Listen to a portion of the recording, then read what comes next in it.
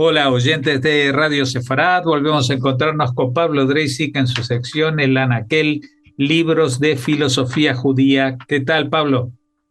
¿Qué tal, querido Jorge? Sí, vamos hoy a colocar un nuevo volumen en nuestra biblioteca infinita de nuestro anaquel imaginario de libros de filosofía y pensamiento judío. Y hoy vamos a colocar, para aquellos apasionados por la historia de las ideas, por, por los capítulos más curiosos, pero también más significativos del pensamiento judío, es que no puede no confrontarse con una cuestión que sí, que es clave, sobre todo a partir del siglo XVII, del 1600, que es el pensamiento judío, los filósofos, pero también los científicos, eh, también los matemáticos, también los eruditos, los intérpretes bíblicos, todos ellos comienzan a confrontar, a discutir, a asumir los desafíos que significa la emergencia del pensamiento científico. En otras emisiones hemos comentado sobre todo otros textos que tenían que ver con la compleja relación del pensamiento judío con la ciencia, eh, teniendo en cuenta que siempre ha sido un índice de visibilidad judía en diversas comunidades y estados, su relevancia en el ámbito científico. Entonces, aunque también esto no solo sucede en el siglo XVII, sino Maimónides, pareciera haber una inherencia entre algo que podríamos llamar como la inquietud científica, una cierta epistemofilia, una pulsión por el conocimiento y la tradición judía.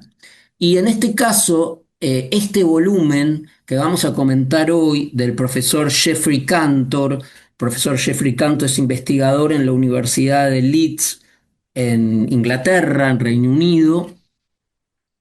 El volumen, el libro que vamos a comentar, lleva por título los cuáqueros, los judíos y la ciencia, y como subtítulo Respuestas religiosas a la modernidad y las ciencias en Gran Bretaña entre 1650 y 1900.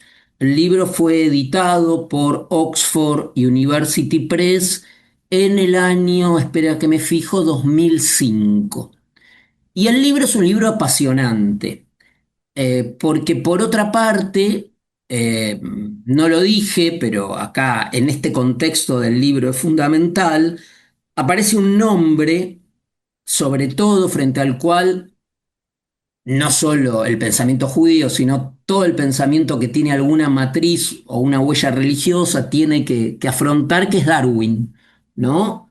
Darwin aparece como una piedra en el zapato, como una cuestión que va a dividir aguas entre una concepción creacionista del mundo, ¿no?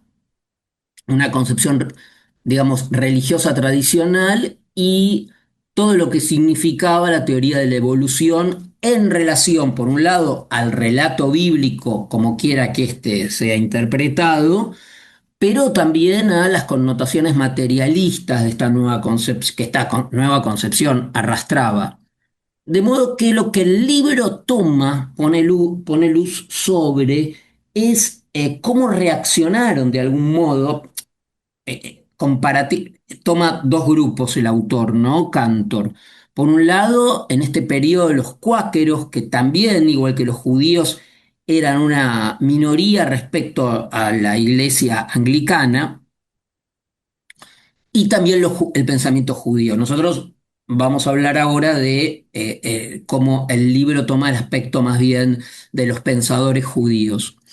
Y claro, acá se ve que, por un lado, hay una cierta latencia, una cierta potencialidad vinculado a un pensamiento abierto, en el judaísmo que quizás se ha dado por la ausencia de esta división cuerpo y alma que ha pesado tanto en el cristianismo y que el cristianismo le heredó más del pensamiento helénico, de un aspecto del pensamiento griego que del pensamiento bíblico judío. Entonces, pareciera que los judíos o el pensamiento judío tuvo más flexibilidad para relacionarse con ciertas perspectivas, incluso materialistas. Entonces, es interesante ver esto que parece muy abstracto en biografías, ¿no? Entonces, el autor se detiene mucho en un pensador judío muy particular, justamente y a partir de lo que decía recién un ferviente darwinista, ¿no? Rafael Méldola, ¿no? El nombre y el apellido tienen reminiscencias lusitanas o castizas, porque claramente había una gran comunidad en Londres, ¿no? Justamente de ese origen, incluso con sus famosas y respectivas sinagogas o templos. ¿Quién fue Méldola, no? Bueno, fue un personaje muy interesante. Nació en 1750 y algo, 54, y falleció en el 1828. Fue un rabino del Reino Unido y de Irlanda, nacido originalmente, aunque rabino de Londres, nacido en la ciudad de Livorno. Descendía de una antigua familia sefardí del siglo XIII de Toledo y que ya venían con muchos rabinos, ¿no?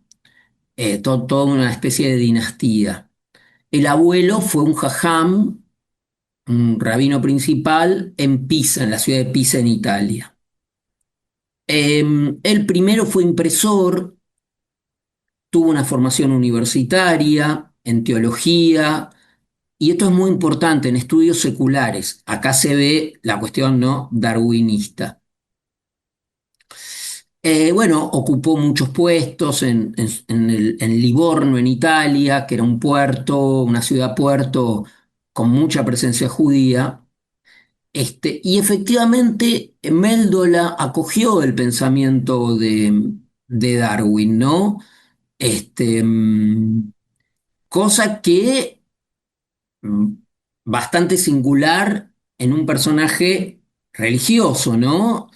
En un erudito, pero con origen religioso.